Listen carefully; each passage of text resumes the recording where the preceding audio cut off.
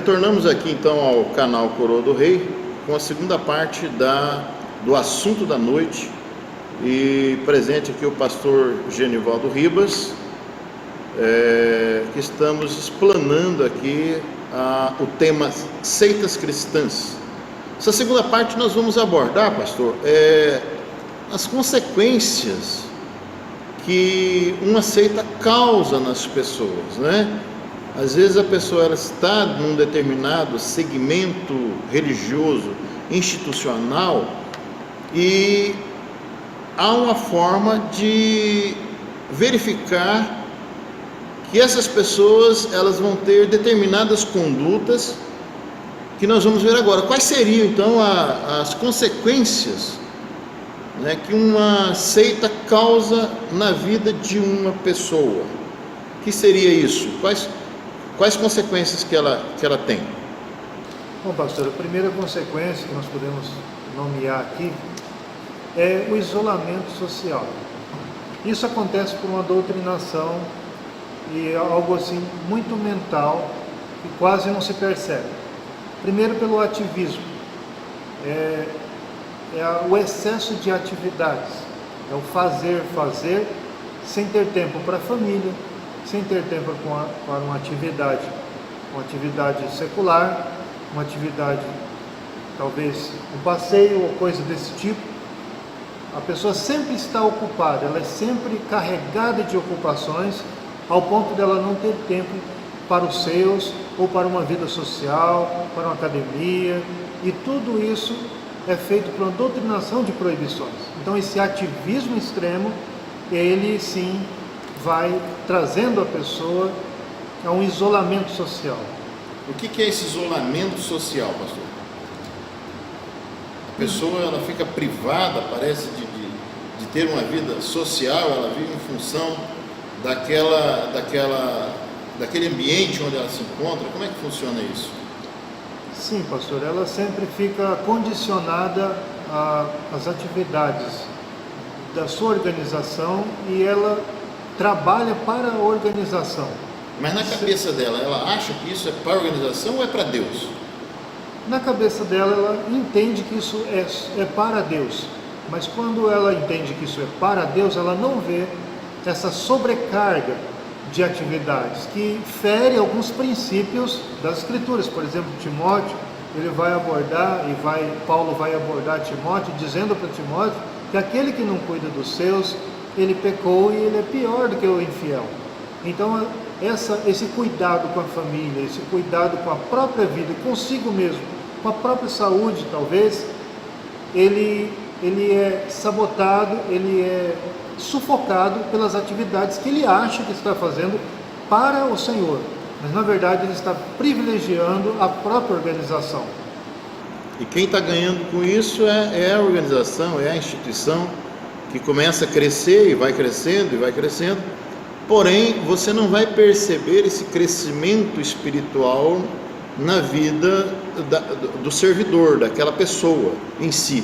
Às vezes a denominação está extremamente rica, poderosa, e o servidor, ou o filiado, ou o membro, ele está às vezes em situações terríveis, às vezes financeiras, às vezes até mesmo de enfermidades, mas ele, por estar isolado e privado de muitas coisas, ele acaba entendendo que isso é para Deus, mas enquanto que a instituição vai muito bem, o membro às vezes vai muito mal. O isolamento social é uma das consequências. Tem mais alguma coisa, pastor, aqui de consequência? Sim, além do isolamento social, que é grave, porque você deixa de cuidar da família e você deixa de buscar um equilíbrio, porque o Evangelho ele dá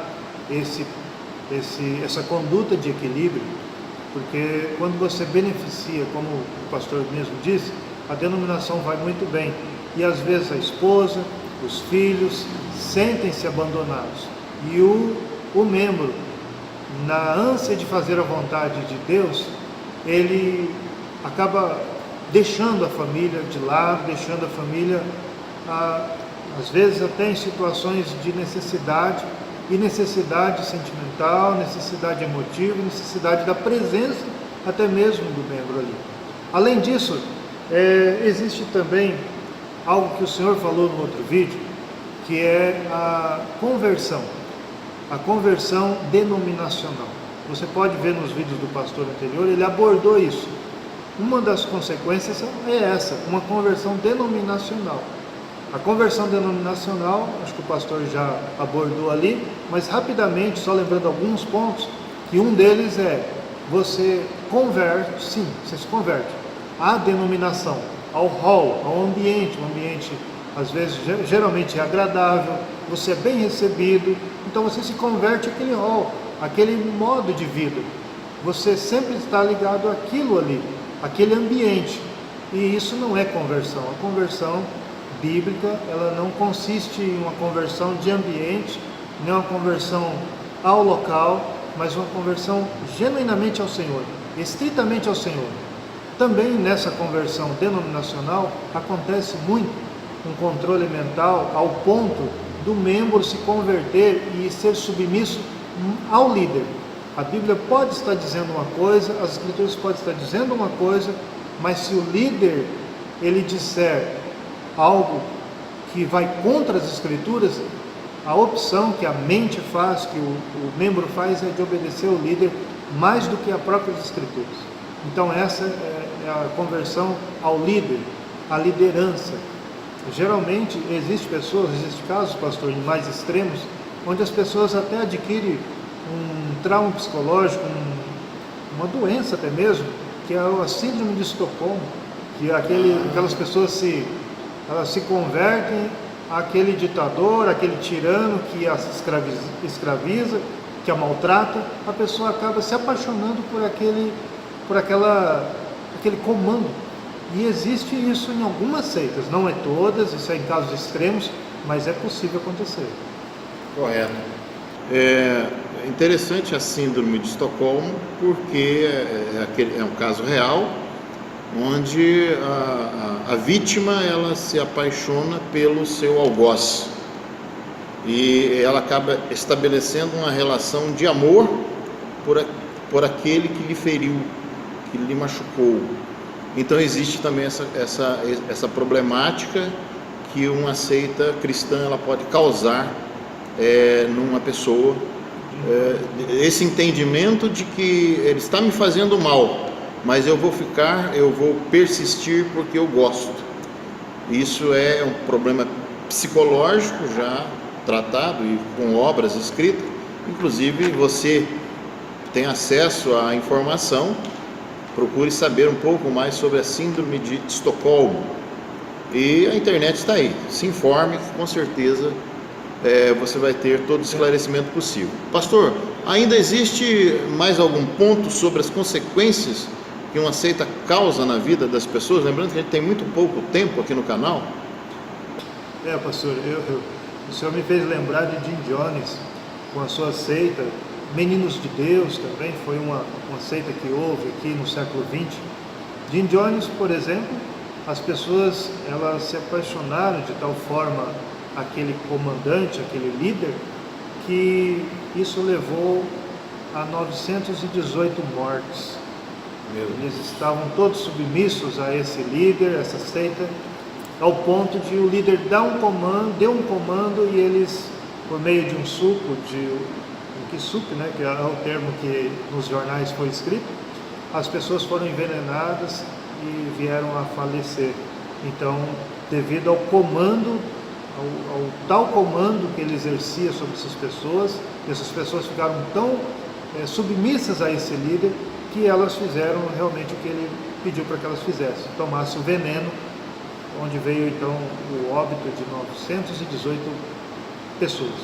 Agora existe uma característica que muitos já têm falado aí no YouTube afora, e alguns reformados têm falado também, que é uma característica da seita universal. É de fazer com que o membro busque a salvação pelas obras. Então, tudo que ele faz, ele sem perceber, ele está fazendo para adquirir a sua salvação. Ele trabalha, porque assim ele está adquirindo méritos quanto à sua salvação. E através desses méritos ele entende que ele está alcançando a salvação por fazer muitas coisas, quando na verdade ele está só fazendo muitas coisas, porque a Bíblia é clara quanto à salvação. Em Efésios capítulo 2, versículo 8, nós vemos ali um panorama de como se dá a salvação, que é por meio da fé e é por meio da graça de Deus. Pela graça sois salvos por meio da fé, não vem de vós, é dom de Deus, nem pelas obras, para que ninguém se glorie. Exatamente. Muito bem, estamos encerrando essa segunda parte e voltamos logo a seguir aqui no canal Coroa do Rei.